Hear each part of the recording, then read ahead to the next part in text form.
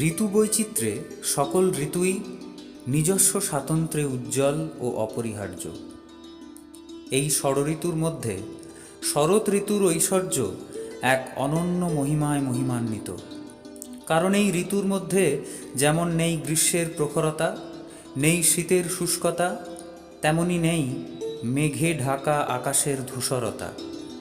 এই কালে বর্ষার মেঘের আস্তরণ সরে গিয়ে মুক্ত নীল আকাশে শুভ্র মেঘের বিচরণ দেখা যায়। আবার শরৎ ঋতুতে হয় মহামায়া দেবী দুর্গার অকাল বোধন। শ্রীরামকৃষ্ণ পার্ষদ পরিমণ্ডলেও এমনই এক শান্ত অধ্যবসায়ী নীরব সাধক ছিলেন, যার উপস্থিতি শরৎ ঋতুর মতোই অনন্য, যার সুদক্ষ নেতৃত্বে শ্রীরামকৃষ্ণ সংঘ সুদৃঢ় ভিত্তির ওপর প্রতিষ্ঠিত হয়েছিল। অপরদিকে শরৎ ঋতুর মতোই মহামায়ার বোধন ও মহাপূজার জন্যই যেন তার আগমন। তিনি ছিলেন সংঘের শক্তি তথা সংঘ জননী শ্রী শ্রী মায়ের ভারী স্বামী শারদানন্দ, পূর্বাশ্রমে যার নাম ছিল শরৎচন্দ্র চক্রবর্তী।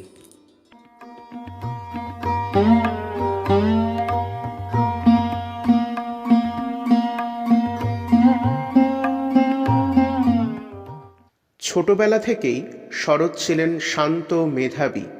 কোনো বালকসুলভ চপলতা তার মধ্যে ছিল না। তার ধর্মপ্রাণ মন সর্বদাই পূজাপাঠ অধ্যয়নে ব্যাপৃত থাকত। শুধু তাই নয়, এই বয়স থেকেই তার হৃদয় দিন দুঃখীদের জন্য কাঁদত। একবার তার প্রতিবেশীর বাড়ির পরিচারিকা বিসূচিকা রোগে আক্রান্ত হলে তিনি নিজেই তার সেবার ভার নেন।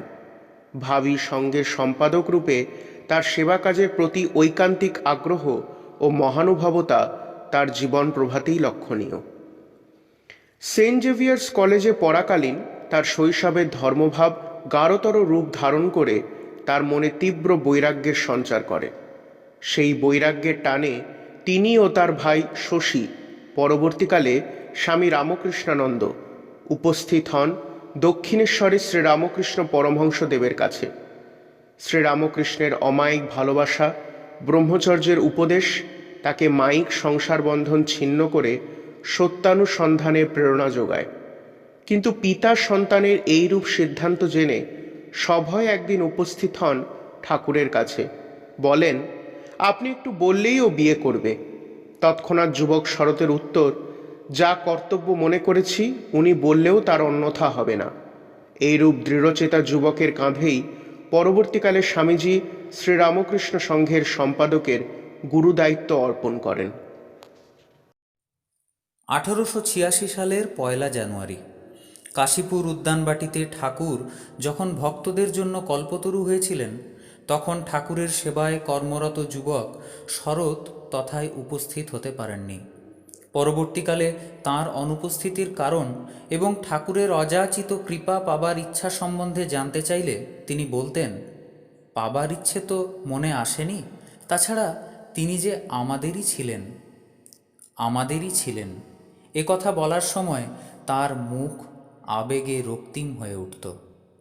পরে সংসারের সমস্ত বন্ধনকে পরিত্যাগ করে তিনি যোগদান করেন বরাহনগর মঠে। বরানগরে একদিকে যেমন তিনি সারা রাত ধরে নিষ্ঠাপূর্বক গভীর ধ্যানে মগ্ন থাকতেন, অন্যদিকে তিনি আবার পরের দিন আশ্রমের দৈনন্দিন কার্য নিপুণভাবে সম্পাদন করতেন। আবার কখনো কখনো গুরুভাইদের অসুখ হলে শরৎ মহারাজ তাঁর সহানুভূতি ও সেবা পরায়ণতা দিয়ে উপস্থিত হতেন রোগ শয্যার পার্শ্বে। এরপর তার মনে ভারতের বিভিন্ন প্রান্তে ছড়িয়ে থাকা তীর্থ দর্শনের ইচ্ছা জন্মায়।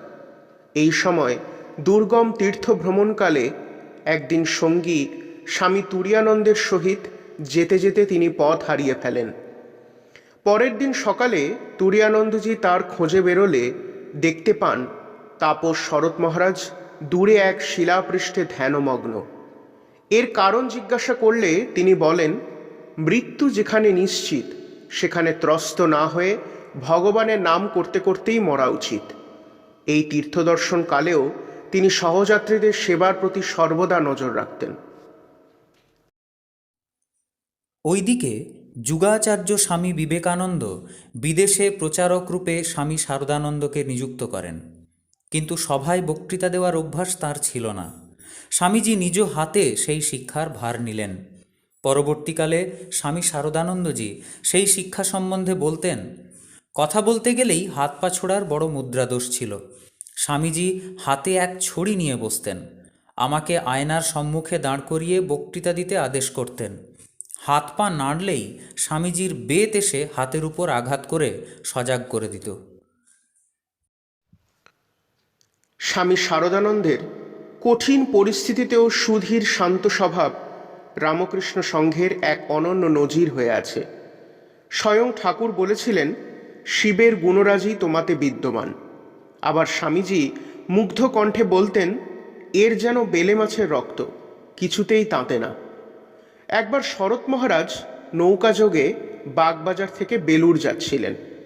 হঠাৎ ঝড় উঠলে উপস্থিত সহযাত্রীরা কিংকর্তব্য বিমূঢ় হয়ে চিৎকার করতে থাকে, কিন্তু শরৎ মহারাজ সেই সময়ও নিশ্চিন্তে তামাক সেবনে রত। একজন সহযাত্রী রেগে গিয়ে ছিলিম গঙ্গায় ফেলে দিয়ে বলেন, আপনি দেখছি মজার লোক, নৌকা ডুবছে আর আপনি বসে তামাক খাচ্ছেন। শরৎ মহারাজ স্বাভাবিকভাবে উত্তর দিলেন, তামাক খাবো না তো নৌকা না ডুবতে জলে ঝাঁপিয়ে পড়তে হবে নাকি? বিদেশ থেকে ফিরে এসে স্বামীজি তাকে সংঘের সম্পাদক রূপে নিযুক্ত করেন এবং নবাগত ব্রহ্মচারীদের শিক্ষার ভার অর্পণ করেন। তাঁর স্বীয় দৃষ্টি মানুষের অন্তর্নিহিত অব্যক্ত পূর্ণতার প্রতি নিবদ্ধ রাখতেন বলে সহজে ধৈর্য হারাতেন না। শাসন সম্পর্কে তিনি বলতেন, আমি বাপু স্কুল মাস্টারের মতো বেত হাতে করে কে কি করছে দেখে বেড়াতে পারবো না। কি ভালো কি মন্দ এ জানবার মতো বয়স তোমাদের সকলের হয়েছে। রামকৃষ্ণ সংঘের শক্তি শ্রীমা সারদা দেবী। সেই শক্তি পূজার ভার স্বীয় স্কন্ধে বহন করেছিলেন স্বামী শারদানন্দ। তার সেবায় পরিতুষ্ট শ্রী শ্রী মা বলতেন, শরৎ যে কদিন আছে সেই কয়দিন আমার ওখানে অর্থাৎ কলকাতায় থাকা চলবে। তারপর আমার বোঝা নিতে পারে এমনকে দেখি না। আমার ভার শরৎই নিতে পারে, শরৎ হচ্ছে আমার ভারী।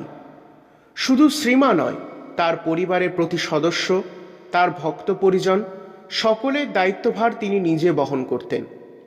শ্রী শ্রী মা যখন বারংবার জয়রামবাটি থেকে কলকাতায় আসতেন, তখন কলকাতায় তার থাকার সুবন্দোবস্ত ছিল না। শরৎ মহারাজ নিজে ঋণ নিয়ে কলকাতার বাগবাজারে মায়ের স্থায়ী বাসস্থানের ব্যবস্থা করেন। সেই সময় উদ্বোধন পত্রিকায় শ্রী রামকৃষ্ণ সম্বন্ধে যে সকল রচনা প্রকাশের জন্য আসত, তার বেশিরভাগই ছিল ত্রুটিপূর্ণ। প্রয়োজন হয়ে পড়ল শ্রীরামকৃষ্ণ দেবের একটি প্রামাণ্য জীবনী গ্রন্থ রচনার। স্বয়ং স্বামীজি যে কাজে হাত দিতে চাননি, স্বামী শারদানন্দ নিজে নিলেন সেই দুরূহ কাজের ভার। রচনা করলেন শ্রী শ্রী রামকৃষ্ণ লীলা প্রসঙ্গ। তার এই অমূল্য সৃষ্টি এখন শ্রীরামকৃষ্ণ জীবন অনুধ্যানের অন্যতম শ্রেষ্ঠ ও প্রামাণ্য অবলম্বন। কর্মযোগ সিদ্ধ ছিলেন শরৎ মহারাজ। একদিন উদ্বোধনের অফিস ঘরে কয়েকজন যুবক তাঁর অফিসের পাশে উচ্চস্বরে হাসতে থাকেন। গোলাপমা সেই কারণে তাদের ভৎসনা করলে শরৎ মহারাজ গোলাপমাকে বলেন, তুমিও বেশ তো গোলাপমা, ছেলেরা অমন হইচই করে, তাই বলে কি কান দিতে আছে? আমি কানটাকে বুঝিয়ে দিয়েছি, তুই তোর প্রয়োজনীয় বিষয় ছাড়া কিছু শুনিস না। পঞ্চেন্দ্রিয়ের প্রতি এমন নিয়ন্ত্রণ সচরাচর মেলা ভার। এমনকি লীলা প্রসঙ্গ রচনাকালেও বিপুল ঋণের ভার, মায়ের আত্মীয় স্বজনের দেখাশোনা, ভক্ত সমাগম, মঠের কার্য পরিচালনা, হিসাব রক্ষা ইত্যাদির মধ্যেও গণনাথ গণেশের মতোই ধীর অচঞ্চল ভঙ্গিমায় লেখার কাজ চালিয়ে যেতেন। দক্ষিণেশ্বরে একদিন ঠাকুর সহসা যুবক শরতের কোলে গিয়ে বসে পড়েন। ঠাকুর পরে বলেন, দেখলাম ও কত ভার সইতে পারে। সংঘজীবনে তার মতো সুদক্ষ নেতৃত্বের পরাকাষ্ঠা রামকৃষ্ণ সংঘের ইতিহাসে অদ্বিতীয়। তৎকালীন ইংরেজ শাসনে বিপ্লবীদের অনেকেই স্বামীজির বক্তৃতা চিঠি পাঠ করে যখন সংঘে যোগদান করতেন, তখন শরৎ মহারাজ তাদের সাধন জীবনে যাতে কোনো বিপদ না সৃষ্টি হয় তা অত্যন্ত সুনিপুণভাবে নিয়ন্ত্রণ করতেন। ঠাকুর, মা, স্বামীজি এই তিন উৎস হতে প্রবাহিত শক্তি ও ভাবের সমন্বয়ে স্বামী শারদানন্দের জীবন বিকশিত ও পরিপুষ্ট হয়েছিল। এই ত্রিধারার সম্মিলিত ত্রিবেণীতে স্নান করে বহু সংখ্যক নরনারী পবিত্র ও ধন্য হয়ে চলেছে। স্বামীজি দ্বারা নিযুক্ত রামকৃষ্ণ সংঘের প্রথম সেনাপতি স্বামী শারদানন্দের অনুপম জীবনের আদর্শ বলিষ্ঠ ও পরিপুষ্ট করে চলেছে রামকৃষ্ণ ভাবান্দোলনকে।